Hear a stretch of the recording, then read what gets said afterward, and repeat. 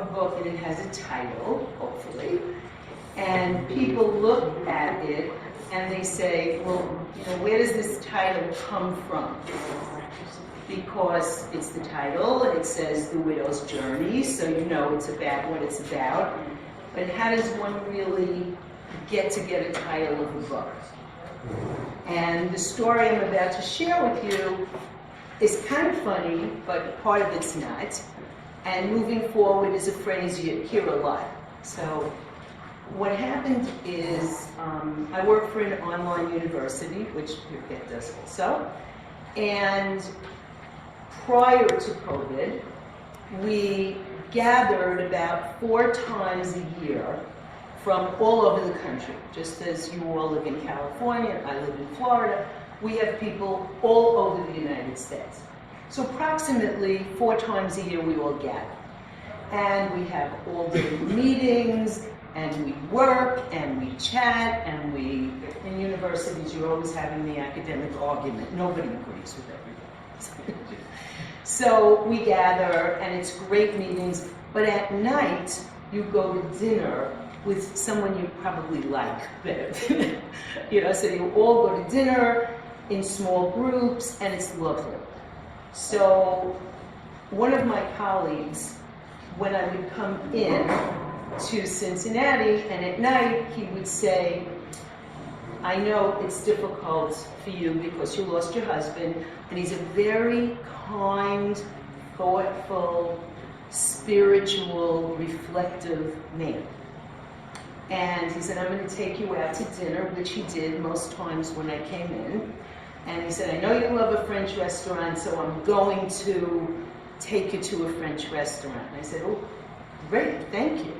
So we go to this French restaurant, which is lovely. It's got tablecloths, it's got piped in nice, quiet French music, lovely. So we're sitting there, and he said, I did want to have a conversation with you and tell you something. And I said, okay.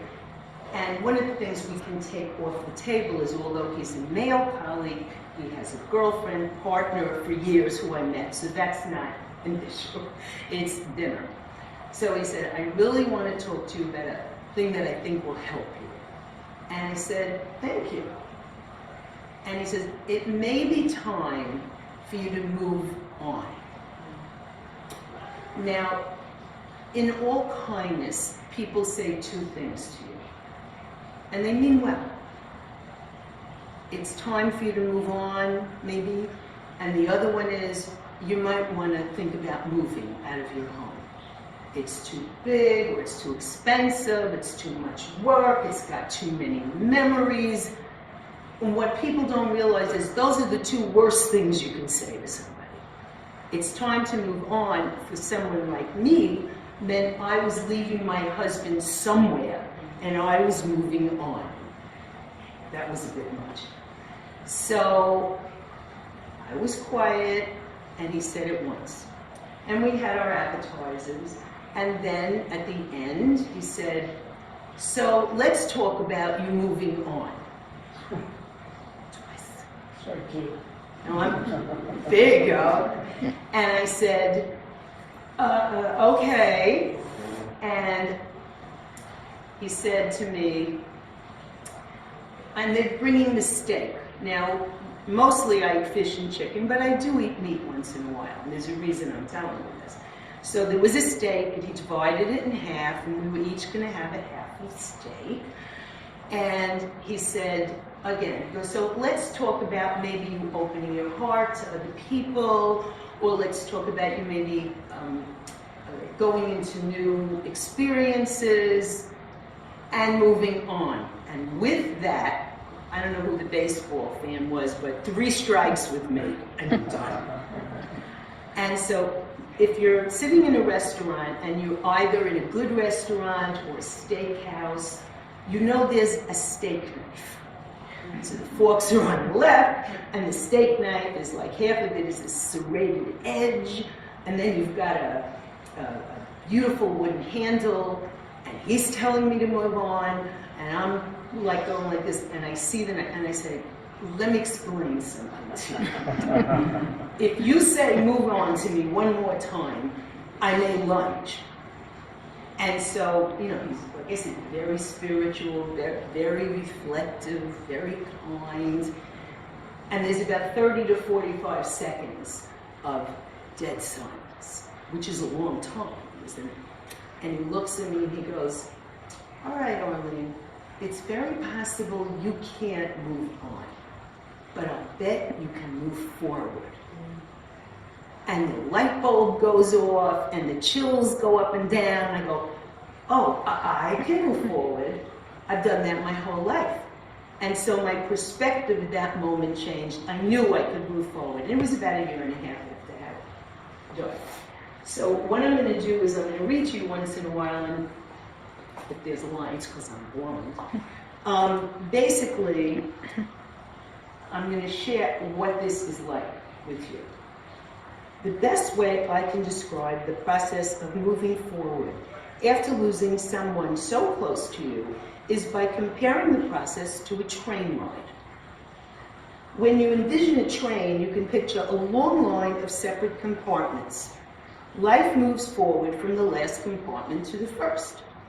As you progress in life, you slowly move from one car to the next, eventually shutting the door to the previous compartment and becoming content in the next one, until it's time to move forward again. That moving forward, letting go of one door and stretching for the next one, often shakes every part of you. If you remember in leaving a train compartment and you're closing one door and you're trying to reach for the other one, there's that place in the middle and you're shaking. Well, that's what it's like.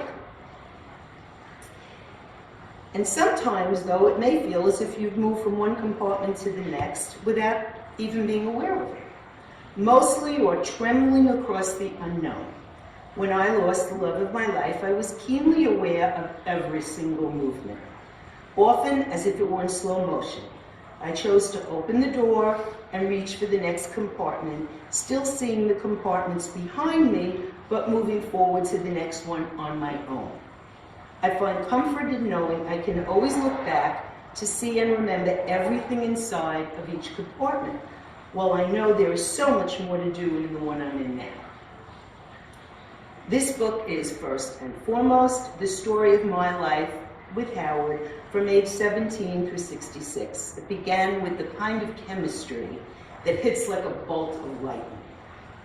There is actually an Italian phrase for this, colpo de fulmine, implying a thunderbolt so powerful and intense that it can't be denied.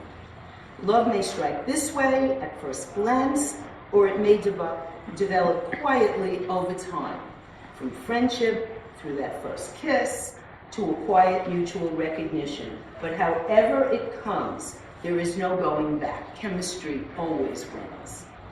For us, that chemistry took hold and never let go for over 50 years. I like to describe our life together as a kind of dance. Sometimes we waltzed and twirled effortlessly.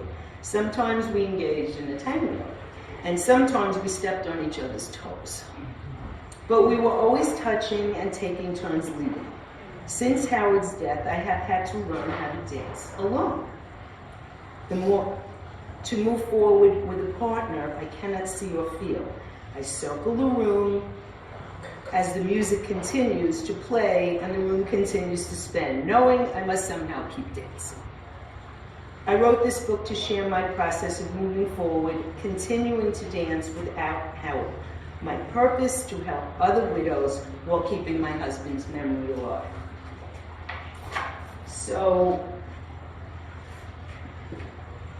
one of the things I find about this book is actually that I believe it has a life of its own.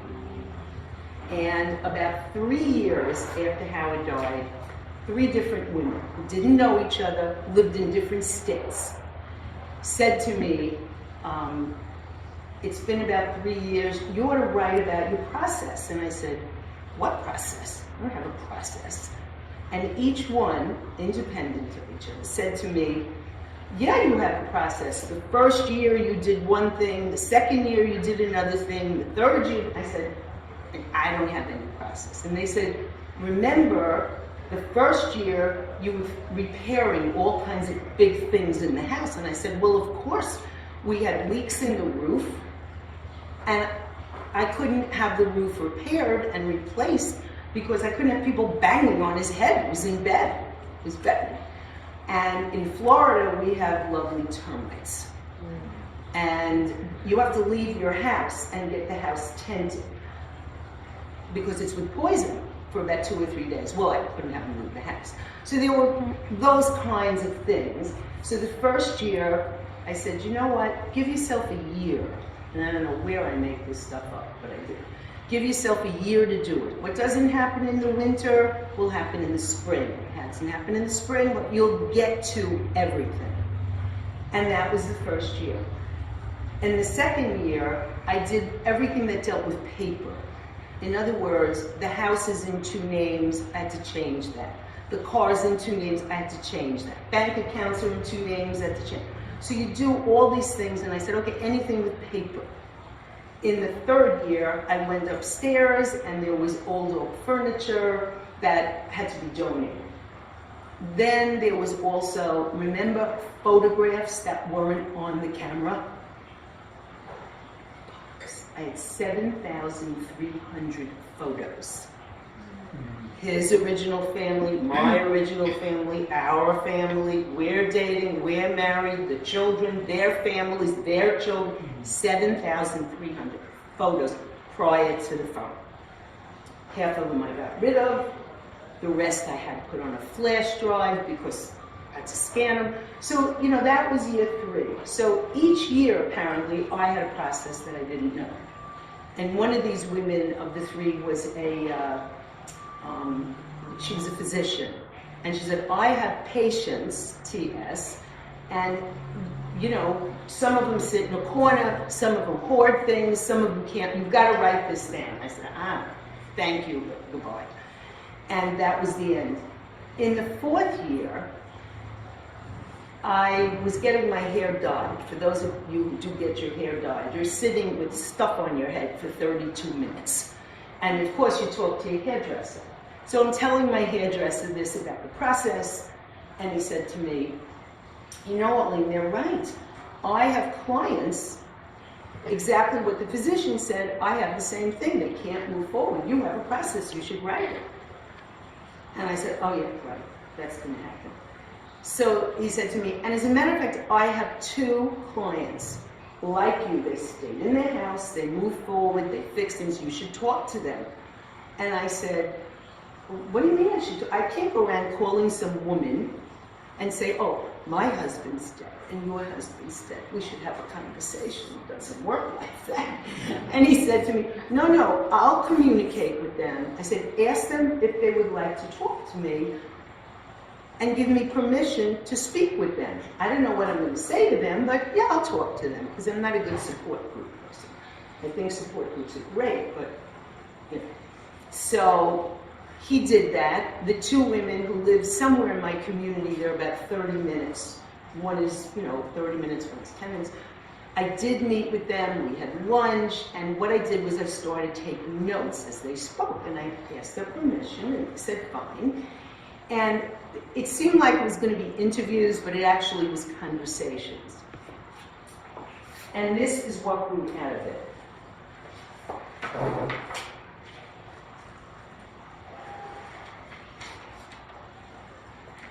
In the process of writing this book, and quite by surprise at first, I was joined by 13 other widows, eager to share their stories with me. They came to me one by one as a result of a few thoughtful people in whom I confided and who in turn sent others my way. Ultimately, the journey of these women supplemented and augmented my own, providing examples of the multiple paths widows take on their way forward. I like to think that I did not choose these stories, but that they chose me. The fact that these women turned out to be a diverse group with sharply differing experiences and perspectives was as unexpected as everything about my process. They came from different cultures: Christian, Jewish, Black, Asian, Hispanic, European, and different countries. United States, Japan, Portugal, France, Cuba, India, Jamaica.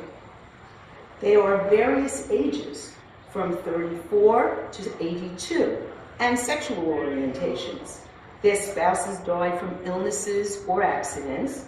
Some had adult children at the moment their widowhood began, some teenagers, some infants, and some no children at all.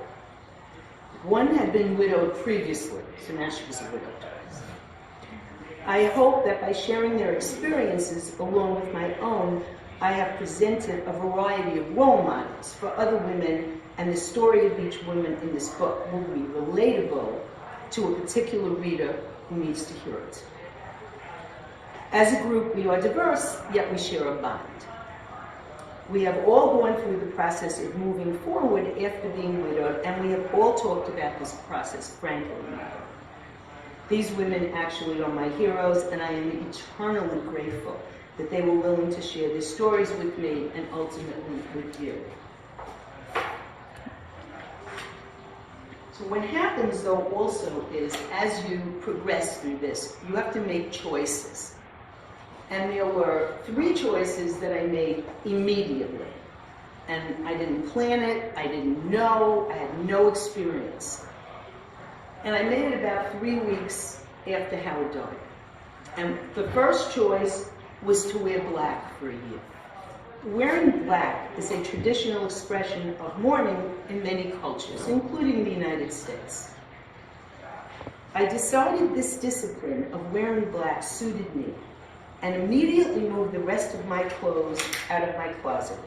For 1 year, I focused my energy on getting through each day and maintaining my emotional stability, not on what outfit I'd be wearing. So, you know, when you go to a closet, if you wear brown pants, you gotta think about that, or just, no. What I soon discovered was that this choice not only freed me from issues of fashion, appearance, and impression, it also set me on a path of simplicity. It became easier to move through the day, and at the day's end, drop my black clothes into the laundry basket, take a hot shower, and crawl into bed. When the next day arrived, simplicity prevailed once more. Year 1 went by in this fashion or lack of it. No music. Whatever era we come of age in my case it was the 60s, we all remember beloved music and lyrics of the day. What's more, throughout the course of a long relationship, certain songs accrue special meaning. Music has a way of evoking memories, moments, and firsts, as nothing else can, and producing what is known for the French as a frisson, which is basically a shiver. You hear that music or that song, you start to shiver.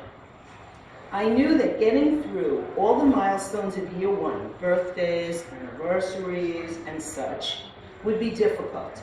I decided it might be easier to weather these occasions without the additional association and feelings called up by the music that had become meaningful to Howard and myself. One of these was Yes, I'm Ready, which we heard when we started dating. Another one was My Cup Runneth Over. And add to these the romantic strains of John Mathis, Roberta Flack, and the rest of the romantic slow dance music of those years. Sometimes operatic arias, Broadway show tunes, even Hallmark commercial jingles could set off a flood of feelings inside. So I made a conscious effort to avoid songs that would provide comfort rather than pain. No dancing. Remembering that shared feeling, the closeness, the touch, can be overwhelming. I had often decided life with Howard was like a dance. So when that dance ended, it made sense for me to take a break from literal dancing. Again, this left me much more able to focus on what I needed to accomplish. It also offered me an excuse for declining invitations to parties and gatherings, which spared me the experience of sitting at a table while the music and the couples spun around. Not attending parties was a beneficial result of my moratorium on music and dancing. My choices fit together and they fit me. A different choice that happens is when you decide, no, I may have to socialize in some way. And so we were a couple for a long time, and I had other couples come to dinner, and we went out. So there were two couples I felt really quite safe with. And that's one of the things you have when you have to start being with a couple, because you're a third. We used to call that a third wheel, but you know you're a third, and they're a couple. So I called my friends Gail and Jim, and a couple, in my community, with whom we were friends, and another couple, Luis and Anna, who were from Portugal and lived in Miami half a year. Portugal, half Miami. So I called them individually, and I said, I'm going to invite you for a practice dinner. This is an experiment. I don't know what's going to happen, but I'd like to try. So Gail and Jim came, and I had this dinner planned, which happened.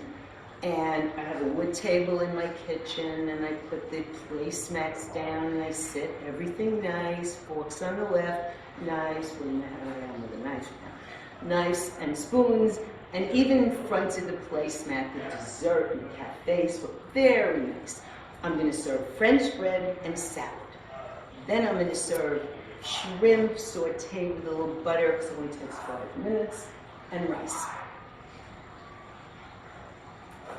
So I put out the French bread and the salad, and we eat it, and it's great. Everything's great.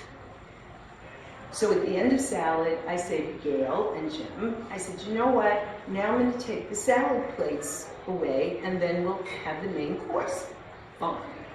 So Gail says, well, I'll bring our plates, you take your plate, and we'll meet you at the sink, which is like 3 feet away. So I said, great.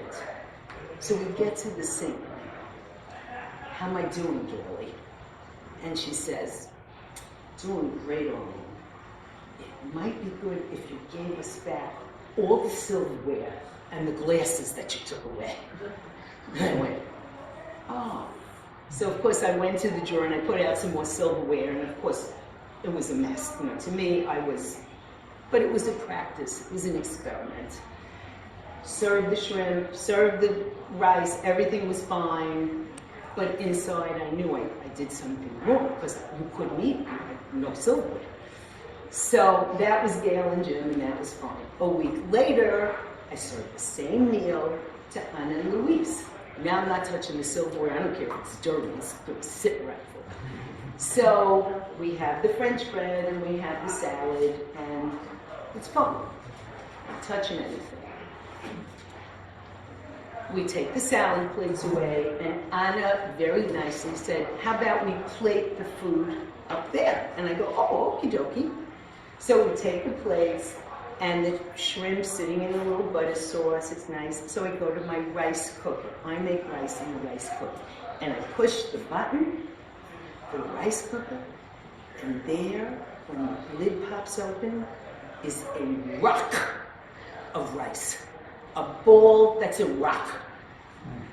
And so I take a fork and I take a spoon and I'm banging this rock. I'm banging it. And Anna said, Arlene, this is not going to work.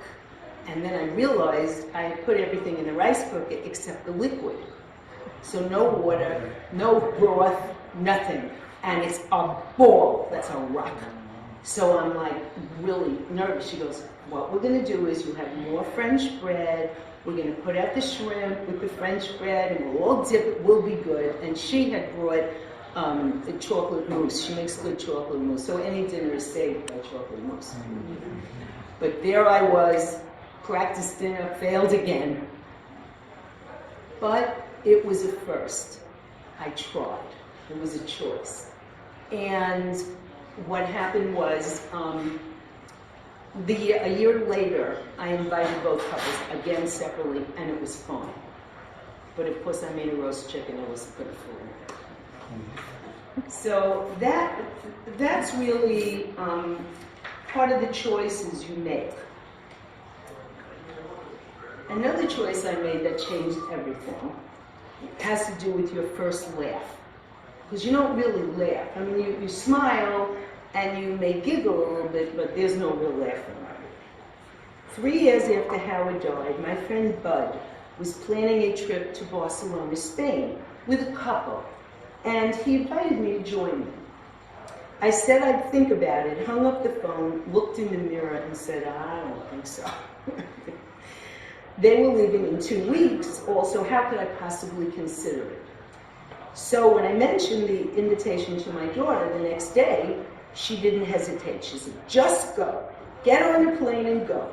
You can afford a ticket, Bud will take care of you, and you might even have a good time. And if you don't, you can always get on a plane and come home. I had never even met this other couple. But I trusted Bud. And when you go through something like this, if you trust people, it really takes you very far. After a bit of thought, I embraced the idea and said yes. As it worked out, I had to go to Spain by myself and back alone. I found my way to the hotel without incident and was welcomed by warm and wonderful people. What I never expected, and I mean never expected, was that I'd experience a major first on Sunday, December 18th, 2016. Having survived walking with my old friend Bud and my new friends through a torrential rainstorm from the train to the restaurant. Now, I live in Miami, so we know torrential rainstorms. It comes right before a hurricane. We get rainstorms. Well, this torrential rainstorm was awful. And we looked at each other, and our clothes were completely bedraggled. We were soggy, and we just all started laughing, looking at each other, because we looked so bizarre. We started laughing. My companions laughed, and I laughed right along with them. This was one of those exuberant, overpowering belly laughs, the kind I had not experienced in 3 years. We dried off the best we could, sat and ordered food, laughing the whole time. I continued to laugh with the others until happy tears started to roll down my cheeks. And my head actually nearly hit the table from this laughter. I had not really laughed, in 3 years, but that night the spell was broken. Because I made the choice to try. And so as you can see, this is a process that goes on and on. Another thing that happens is you develop some new concepts. And one of the 2 concepts I developed towards the end as I was writing the book was, I realized there's such a thing as almost happy. And the second concept is, some people just don't fit. 5 years after Howard's death, I began to feel happiness again, within limits. I guess you could say I was almost happy. The return of joy surprised me, but I knew it was real. At times, I'd catch myself singing or whistling around the house, but then something would remind me of Howard and I'd fall back into sad reverie. I came to understand that being almost happy was a balancing act that would probably continue for a very long time. I decided that being almost happy might be good enough. It really wasn't so bad to dwell in a peaceful state where I was fully able to enjoy a moment, a day, an experience. So what if challenges loomed on the horizon? That is part of moving through the world, something I am proud to be able to do. And the other one is, some people just don't fit. And there's a good line about this. It says, at some point you have to realize that some people can stay in your heart, but not in your life. This may be hard to fathom when you have just experienced a loss, but you may not need all the friends you can get. What I'm trying to say is that your life just changed profoundly, and there may be some perfectly lovely, or not so lovely, people in it who no longer fit. It's not their fault. It's not your fault. As your needs change, as you change, there will be some collateral loss. The first people to let go of are those who are negative by their very nature. When you have had a partner, perhaps this negativity didn't affect you so much. Perhaps you didn't even notice it. We tend to be more tolerant of our friends' quirks when we have a partner to lean on. But after a loss as profound as a spouse's death, we are already fighting against the clouds that surround us. The last thing we need is someone bringing more bad weather into our life. Well, the other women, by the way, every one of them, this was one comment all of them made: get rid of negative people. But there was one of them, her name is Nettie, and she used a phrase, I wish I could say it was my phrase, but every time I think about this, it's just a riot to me. Nettie also advocated for the elimination of negativity. I have no time for drama, she explained. I think of negative people as energy vampires. I just think that's a stuff. Who can suck you dry. And don't get me started on trying to fix them. That just isn't possible. Sometimes you just have to bite the bullet and get yourself some new friends who provide what you need, which is some measure of peace. And I'd like to end by sharing this last piece. While widowhood isn't one experience, there are many things about it that do seem constant. I have shared with you many of the fears, concerns, problems, logistics, and situations I have faced along my own path, and have gone on to interview others about the same matters. Should I stay in my marital home? Will I ever feel like seeking out a new partner? Why don't people understand that I don't want to join the party, and maybe I never will? Although the answers to these questions are as unique as the women with whom I spoke, I've discovered that we in this Widows Club feel the same way about a lot of things. And that in and of itself is extremely comforting.